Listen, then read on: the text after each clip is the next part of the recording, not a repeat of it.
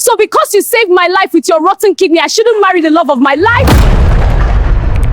Maya God, please, prayed. bless Daniel for me. Let him come and marry me as he promised. I'm not getting any younger. The next Maya, day, I'm inviting you to my friend's wedding. I don't want to go alone. Will you come? Maya accepted the This invitation. week, Saturday, I will come with you. My own wedding is coming soon. Let me go and learn. She has no idea Fast. what's We are coming. almost late. Okay, I'm coming. I'm joining his wife's bridal train.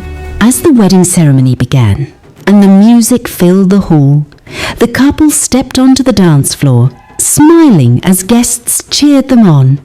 Then her world stopped. Is that not my twin sister? The one I gave my kidney to save? Is she marrying Daniel, my fiancé? What is going on? And she went to them and spoke to her sister. Mira, after all my sacrifices, I sold fruits for years. I became a maid just for you to survive. I put you first before me. I donated my kidney just to save you, so you choose to pay me back by marrying my man? So because you saved my life with your rotten kidney, I shouldn't marry the love of my life? Those 10 words shattered Maya's world. She cried, she screamed. The wedding descended into chaos. She didn't even know what to think. Was it the fiancé she had waited for all these years? Or her twin sister, the very one now marrying the man who once promised her forever? What happened next would shock you. What triggered this tragedy? How did Maya become invisible at her own twin sister's wedding to her own former fiancé? Grab your popcorn, sit back, and enjoy this amazing story. Welcome to African Stories by Priceless. If you love stories like this, hit the subscribe button, like and share this video, and don't forget to comment where you're watching from. It makes us happy to see our stories reaching different countries around the world. Now, let's begin where this story truly started. Maya and Mira were born 12 minutes apart in a small village called Umuwawa. Maya came first, Mira came second. From that very first moment, they were different. Not in looks, they were absolutely identical. Same face, same eyes, same smile. People couldn't tell them apart, but in everything else, they were opposites. Maya was the quiet, thoughtful and gentle one. She preferred sitting under the mango tree with a book to playing with other children. She helped their mother cook, who fetched water without being asked, and also made sure her twin sister ate before she did. Mira was loud, bright and magnetic in nature. She was the one who led the other children in games. She made everyone laugh. She dreamed big dreams of life beyond the village. Her teachers loved her. Other children wanted to be her friend. She shone wherever she went. Their parents loved them both. But if Maya was honest with herself, even as a child she knew that everyone loved Mira just a little bit more. It wasn't cruel. It wasn't deliberate. It was just true. Mira is so smart, their mother would say. Mira is so confident, their father would add. And Maya? Maya is such a good girl, so helpful, so reliable, never exceptional, never remarkable, just good. When they were 12 years old, their parents died in a car accident on the way to market. One moment they were alive. The next moment, Maya and Mira were orphans.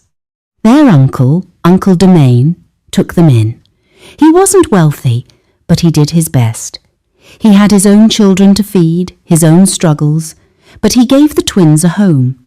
For 2 years they lived together, going to the village school, helping on the farm, growing up side by side, holding each other through grief, building a new life from the wreckage of the old one. Then came the letter that changed everything. A scholarship to a prestigious secondary school in the city. Full tuition, room and board, books, uniforms, everything paid for. It was a golden ticket to a better life. For one student, Maya and Mira both qualified. They both took the entrance exam. They both scored high, but only one could go. Uncle Damien called them into his room one evening. Maya remembers the way the lamplight flickered on the mud walls, the way her heart pounded as she waited for him to speak. "Mira will take the scholarship," he said. Just like that. No discussion, no debate. Maya felt like she'd been punched in the stomach. But she didn't cry. She never cried. "Why?" she asked quietly. Uncle Domain looked uncomfortable. "Mira has more potential. She's brighter, more confident. She'll thrive in the city. You, Maya, you're a good girl. But you're better suited for village life. You understand, don't you?" Maya nodded. What else could she do? Mira cried that night. She came to Maya's sleeping mat, tears streaming down her face. "I don't want to go without you," she whispered. "We're supposed to stay together. We're twins." Maya held her hand in the darkness. "It's okay. You should go. You'll do amazing things. Make us all proud. But what about you?" "I'll be fine. I'll stay here and help Uncle Domain. Maybe one day I'll come to the city too." Mira hugged her tight. "I promise I'll send for you. As soon as I can, as soon as I'm settled, we'll be together again, I promise." Maya believed her. 3 months later, Maya stood by the roadside, waving as the bus took Mira away to the city. Mira's face was pressed against the window, tears streaming down her cheeks, waving back until the bus disappeared around the bend. Maya stood there long after the dust settled. Then she went back to the farm and started working. She was 14 years old, and for the first time in her life, she was alone. For the first year, Mira wrote letters every week, long, excited letters about her new school, her new friends, the incredible things she was learning. "You would love it here, Maya," she wrote. "The buildings are so tall and there are so many people.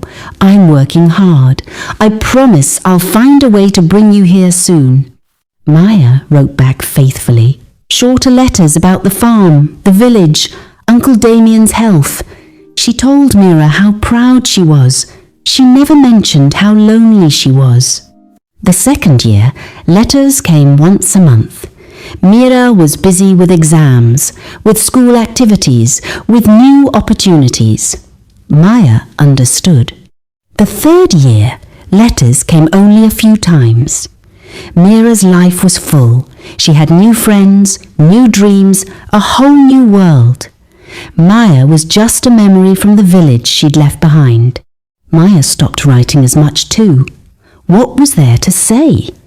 Her life was the same every day. Wake before dawn. Work on the farm. Walk 5 miles to the main road. Sell fruits in the market. Walk back. Help Uncle Domain. Sleep. Repeat. When Maya was 16, Uncle Domain fell ill. The medicine was expensive. The hospital visits drained what little money he had. Maya started working harder.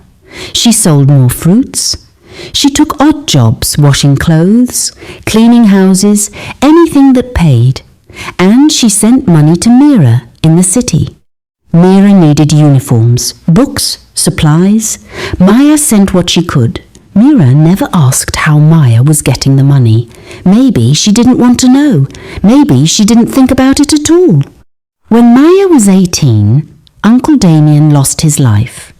His children moved away to their uncle's house to find work. The small house was left to Maya.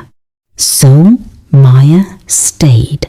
Alone in the mud house, working every day, selling fruits, surviving. Mira finished her secondary school. She called Maya once, excited, her voice crackling over the bad phone connection. "I got into a modelling academy, Maya. Can you believe it? I'm going to be a model, maybe even an actress." "That's wonderful," Maya said, and she meant it. She was genuinely happy for her sister. "But I need money for the academy fees." "Not much, just for the first term." Can you help?" Maya looked at her savings. Everything she'd scraped together over months of work. Money she'd been saving for emergencies, for a new roof, for the future. How much? Mira told her. It was all Maya had, and more. But Mira was her twin, her sister, the one who'd gotten the opportunities, the one with the bright future. "I'll send it," Maya said. "Oh, thank you. Thank you so much. I'll pay you back, I promise, as soon as I start working." Mira never paid her back. Over the next 3 years, it became a pattern. Mira would call. Mira would need money. Maya would send it. Academy fees, headshots, auditions, rent, food, transport. Maya never said no. She worked longer hours, took more jobs, ate less, wore the same old clothes. She started looking older than her age. Because that's what Maya did. She gave, she sacrificed, she made herself smaller so Mira could be bigger. She never complained, never asked for anything in return. Because Mira was her sister, and family takes care of family. Even when family forgets you exist. On a quiet Tuesday morning in March, 3 years after Mira left without looking back, Daniel came to Umuwawa village. Maya was at the market, arranging her fruits in perfect pyramids. Orange, mango, banana, stacked like fragile dreams that could collapse with one wrong touch. That was when she saw him, a tall man. A camera hanging from his neck like it belonged there. He was capturing everything, the children laughing in the dust, women balancing baskets on their heads, the golden morning light dancing on cracked earth. He did not belong there. Maya knew immediately. His clothes were too clean. His shoes had never tasted red soil. His camera looked more expensive than her entire stall. His movements too confident. But there was something else about him. Something soft. He knelt to photograph a tiny flower growing through a broken patch of ground, as if even struggle deserved attention. He turned and saw her. Their eyes met, and Maya's world shifted. "Good morning," he said, walking toward her slowly, like he didn't want to scare something fragile away. "Your fruits are beautiful." Maya felt heat rise to her cheeks. No one had ever called her work beautiful before. "Thank you," she said carefully. "Would you like to buy some?" He lifted his camera slightly. "Actually, may I photograph you? The light is perfect, and you have such an interesting face." I said interesting, not pretty, not beautiful, just interesting. The word lingered in her chest, but the way he said it, it felt like admiration, like discovery. "Okay," she whispered. He took her photograph. Then another. Then another. He stepped closer and showed her the screen. Maya gasped softly. He asked, smiling, "Do you know the girl in the photograph?" She looked radiant. "She is strong. She is alive. See?" he added gently. "You're beautiful. You just don't know it yet." And something inside her, something that had been sleeping for years, opened its eyes. That was how it began. His name was Daniel. He was a photographer working on a documentary project about rural life. He would be in the area for 6 months, staying in the neighboring village. He came to Maya's stall every day after that. At first, it was just photographs. He would take pictures of her selling oranges, pictures of her carrying water, pictures of her sitting under the mango tree during her lunch break. "You're my best subject," he'd say. "You have this authenticity, this realness. The camera loves you." Then it became a conversation. She asked about life in the city, the noise, the opportunities, the loneliness. He asked about life in the village, the simplicity, the community, the daily rhythms. "Don't you want to leave this place?" he asked one day. Maya shook her head. "This is my home. I have my fruits. I have my house. I'm content." "Content isn't the same as happiness," he responded, crossing his arms. "Maybe happiness isn't for everyone," Maya said quietly. He looked at her with wonder. "That's the saddest thing I've ever heard. And the most beautiful." Slowly, carefully, it became something more. He started bringing her small gifts, a scarf from town, a book of photographs, her favourite sweet bread. "Why are you so kind to me?" Maya asked one afternoon. Daniel set down his camera and looked at her, really looked at her. "Because I think I'm falling in love with you," he said simply. Maya's breath caught. "What?" "I know it's fast. I know we're from different worlds. But Maya, when I'm with you, everything makes sense. You're real. You're honest. You don't pretend to be anything you're not. You're just you. And I love you for it. Are you aware that I'm just a village girl who sells fruits? I hustle every day just to make money," Maya said softly. "You're so much more than that," Daniel replied. "You just can't see it yet." For 6 months, Daniel came to her village every single day, and Maya fell in love. She was deeply, completely, and irreversibly in love. She told him everything. About her parents' death, about Mira getting the scholarship, about the years of separation, about sending money to her sister. "You have a twin?" he asked, fascinated. "Yes, identical. We look exactly the same, but you're nothing alike inside, are you?" "No." She got all the confidence, all the brightness. Maya smiled sadly. "I got the negative side. Do you talk to her often?" "Not really. She's busy in the city, living her life. I'm happy for her." "You're a better sister than she deserves," Daniel said, holding her hands. "She's my twin. That's what family does." He kissed her forehead. "One day, someone's going to give all that back to you, Maya. Someone's going to love you the way you love others. Maybe that someone is you," Maya whispered. "It is me," he said firmly. "I'm going to marry you, Maya. I promise you that." Her heart soared. "Really?" "Really," he responded firmly. "I have to go back to the city next month. I need to finish this project, organize my work, save money for your bride price. Once I return, I'm going to do this the proper way. I will talk to the elders, give you the wedding you deserve, and then I will take you with me to the city. We'll build a life together." Maya cried. Happy tears, hopeful tears, the first real hope she'd felt in years. "Promise me something," she said. "Anything. Promise me you won't forget me when you're back in the city. Promise me you won't forget where you met me.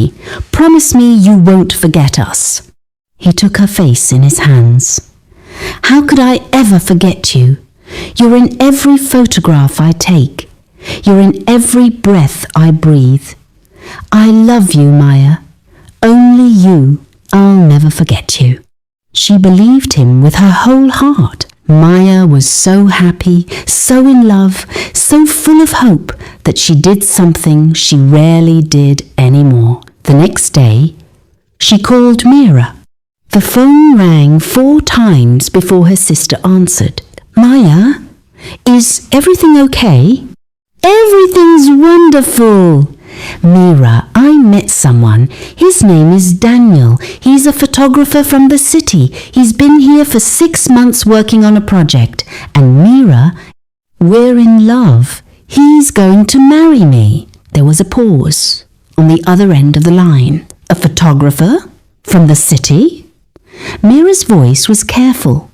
What's his full name? Daniel Peters Amadi. He's amazing, Mira. He sees me, really sees me. He promised he'd come back and marry me properly. I've never been this happy. That's wonderful, Maya, Mira said.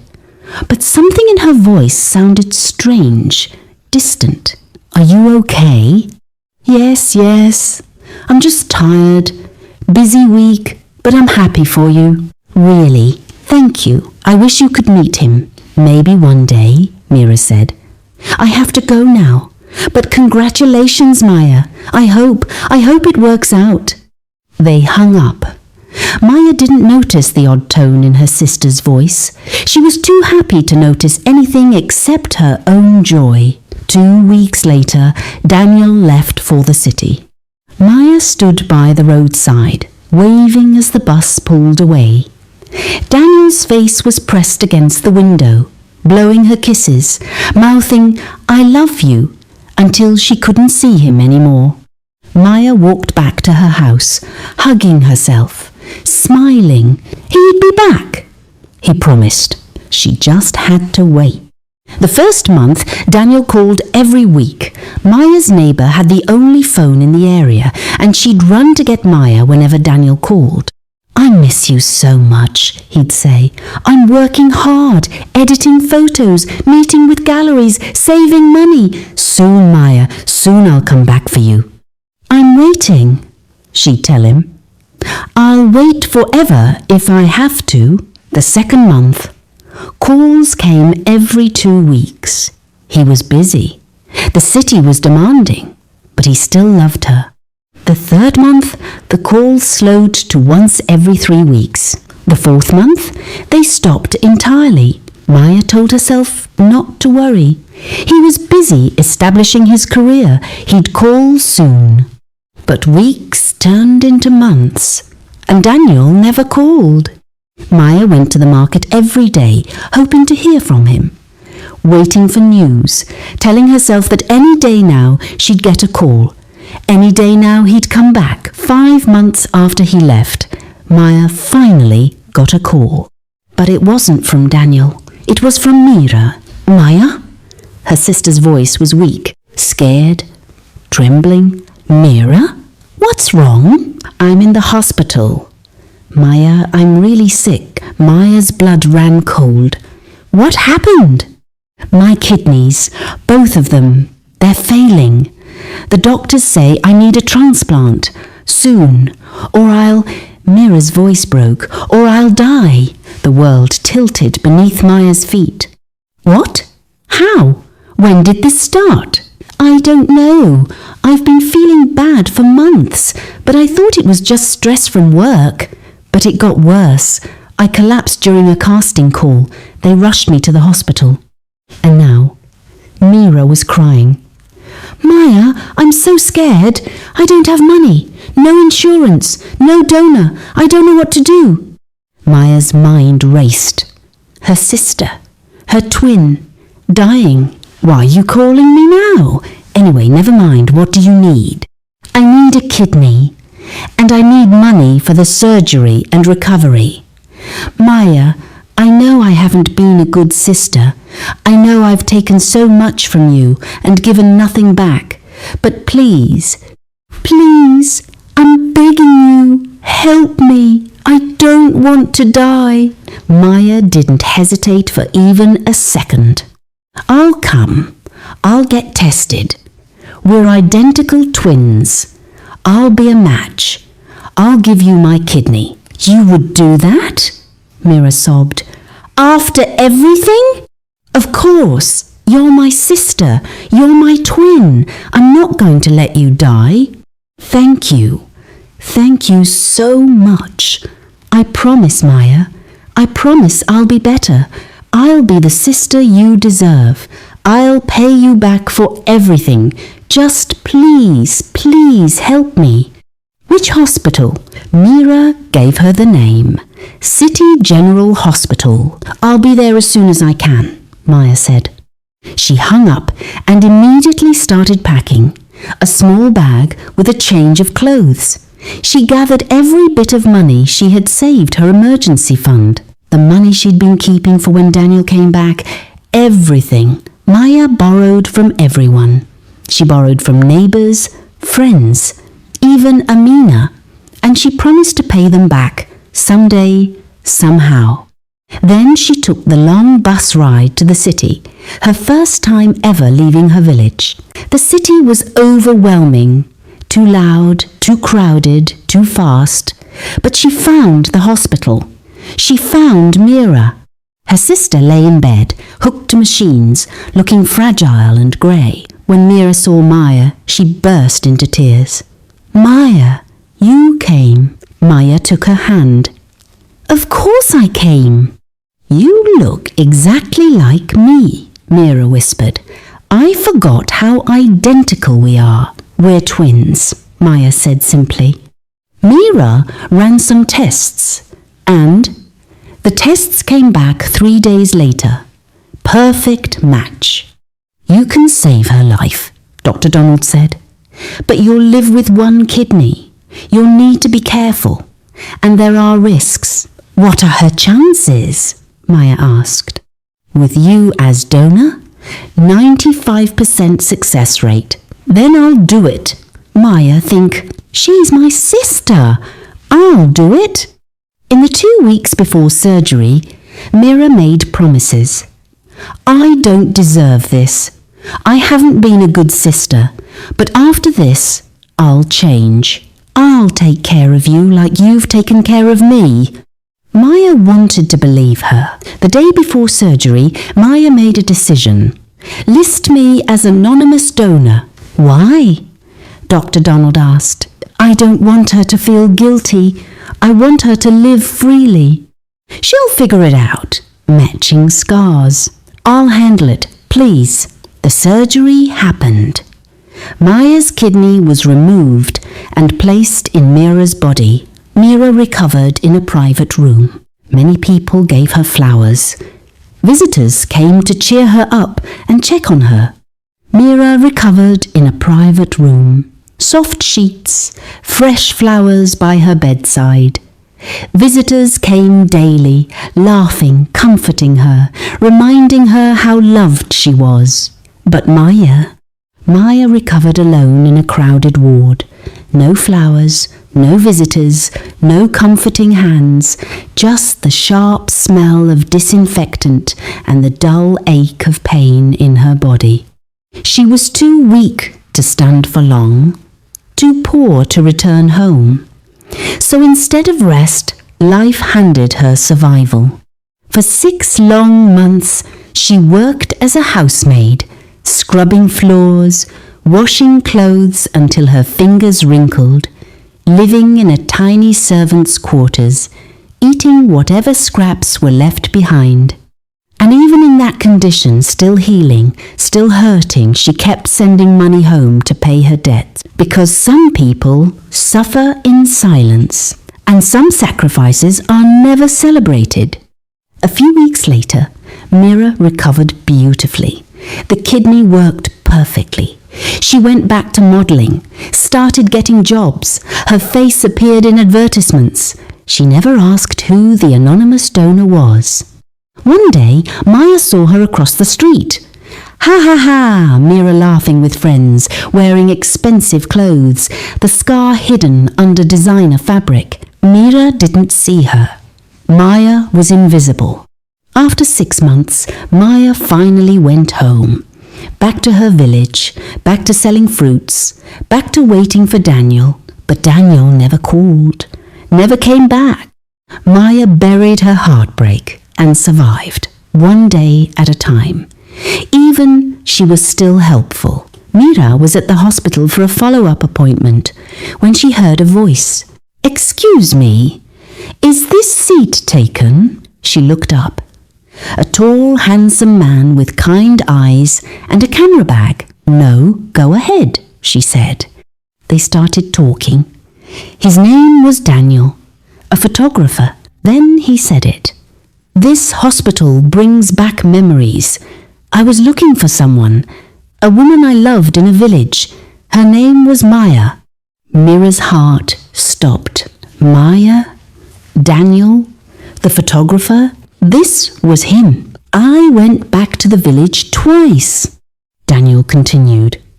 But she'd left. Gone to the city, they said. I couldn't find her. I guess maybe I wasn't as important to her as she was to me. This was the moment Mira should say, "That's my twin sister. She's in the village. She's been waiting for you." But as she looked at Daniel, his kind eyes, gentle smile, something twisted inside her. Want? She wanted him. "I'm Mira," she said carefully. They talked for 20 minutes. He was charming, interesting. "Would you want to get coffee sometime?" Daniel asked. Mira should have said no. "I'd like that," she heard herself say. They exchanged numbers. That night, Mira stared at the ceiling. Daniel's number in her phone. She should call Maya. Should tell her, but she didn't. Deep down, Mira knew the truth. She wanted Daniel for herself, and if that meant letting Maya believe he'd forgotten her, Maya would never know. Over 2 weeks, they texted. Met for coffee, a photography session. Daniel talked about his village project. Best 6 months of my life. That simplicity, that authenticity. "You loved someone there," Mira said. "Yeah, Maya." His expression softened. "I really thought we had something, but I guess it wasn't meant to be. Maybe there was a misunderstanding," Mira said carefully. "Maybe, but it's been 2 years. If she wanted to find me, she could have." Mira felt guilty, but she pushed it down. On their 4th meeting, Daniel showed her his portfolio. Then he showed her a photo. A woman selling fruits, hands arranging them, smiling softly. Mira's breath caught. It was Maya, or it was her looking at herself. "That's her," Daniel said. "That's Maya, my favorite shot." He looked at Mira. His eyes widened. "Wait. You look exactly like her. You could be her twin." This was it. The moment of truth. Mira's heart pounded. She looked at Daniel, at the life he was offering, and she chose. "That's crazy," Mira laughed. "We do look alike, but I'm an only child." Daniel stared at her, then smiled. "Maybe I have a type? Because, Mira, I have to be honest. I'm developing feelings for you. I'm falling for you too," Mira whispered, and the lie became real. 3 months into their relationship, Daniel brought it up again. They were at dinner. He was looking at her with those kind eyes. "You really do look like her, you know, like Maya. It's uncanny." Mira's chest tightened. "Daniel, have you ever... do you have any family? Sisters? Brothers?" This was it. The moment she could tell the truth. "I had a sister," Mira said quietly. Daniel leaned forward. "Had?" Mira looked down at her plate, her hands shaking slightly. "A twin sister. Identical. Her name was Maya." Daniel's face went white. "What?" "She passed away." Mira's voice was barely a whisper. "Years ago, before I came to the city." "How?" Daniel's voice was hoarse. "She got sick. We were poor, couldn't afford treatment." She. Mira let a tear roll down her cheek. "I lost her." It was a lie. A complete, devastating lie. But saying it made it easier somehow. Made Maya disappear completely. Daniel reached across the table and took her hand. "Mira, I'm so sorry. I had no idea. That must be why you remind me so much of her." "Maybe." Mira wiped her eyes. "I don't like to talk about it. It's too painful." Of course. I won't bring it up again." He squeezed her hand. "But maybe that's why we found each other. Maybe she brought us together. Mira nodded, not trusting herself to speak. That night, alone in her apartment, Mira stared at her phone. She'd just erased Maya. Completely. Told Daniel her twin sister was gone. She felt sick, guilty, but also relieved. Now there was no chance of him finding out, no chance of him discovering the truth. Maya was officially gone from his life, and Mira could have him all to herself. At 6 months, Daniel proposed. They were watching the sunset in a park. Mira, I've loved and lost before, but I believe I was meant to meet you. You've shown me that sometimes love comes in unexpected ways. Now let me propose properly. Will you marry me? Mira thought about Maya. She remembered she is selling fruits in the village, hustling and patiently waiting for a man who thought she was gone. Mira thought about the kidney inside her, the piece of Maya keeping her alive. And she said, yes. The wedding was set for 6 months later. Wedding ceremony. Big celebration in Daniel's home village. Mira never mentioned family. She had already told him she was alone. You're my family now, she told Daniel. You'll never be alone again, he promised. Through all of this, Mira never called Maya, never wrote to her, never informed her. She told herself Maya was fine. Maya was happy. Maya would never know. But deep down, Mira knew the truth. She'd stolen everything from her sister. Her identity, her fiancé, her future, and she had told the world Maya was gone.